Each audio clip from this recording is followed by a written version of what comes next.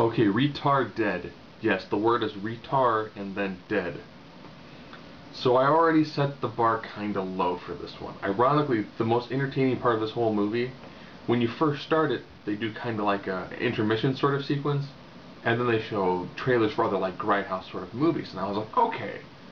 So I'm expecting, campy, cheesy, but really over the top cheesy, and just, one of those so bad it's good because it was shot to be so bad.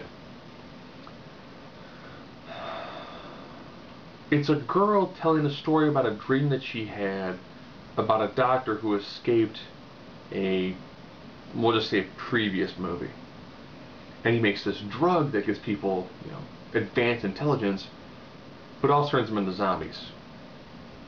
So this doctor, after having survived a previous encounter, goes to work in a special eds group at a school and begins to give them the drug, and then all of a sudden they become super intelligent and then zombies.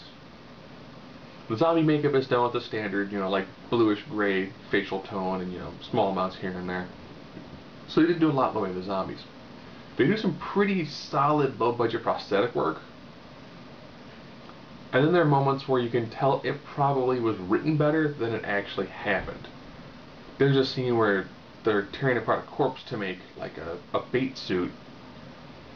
And the two guys are just throwing it the whole time, throwing it by each other, throwing it on the doctor, and it's like, yeah, you can tell when it was written that they probably thought it was going to be really funny, but it just comes off kind of lame. And then there's one scene where a guy's getting killed, but it's a bunch of female zombies. I think they're called the Living Dead Girls. And they actually do like a dance montage and then kill him. So ironically, like the first 5 minutes when they're doing the fake trailers and all that is actually pretty hilarious. And then like the last 15 minutes. So the whole middle of the movie,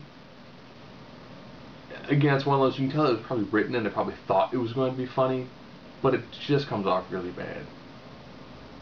See, by the time the zombies are released and they're run amok, then it becomes, a very, very decent schlocky zombie movie. And in the beginning it has a grindhouse effect to it, but that whole middle section is just, you can tell they try to make it funny, but it just comes off dull and monotonous.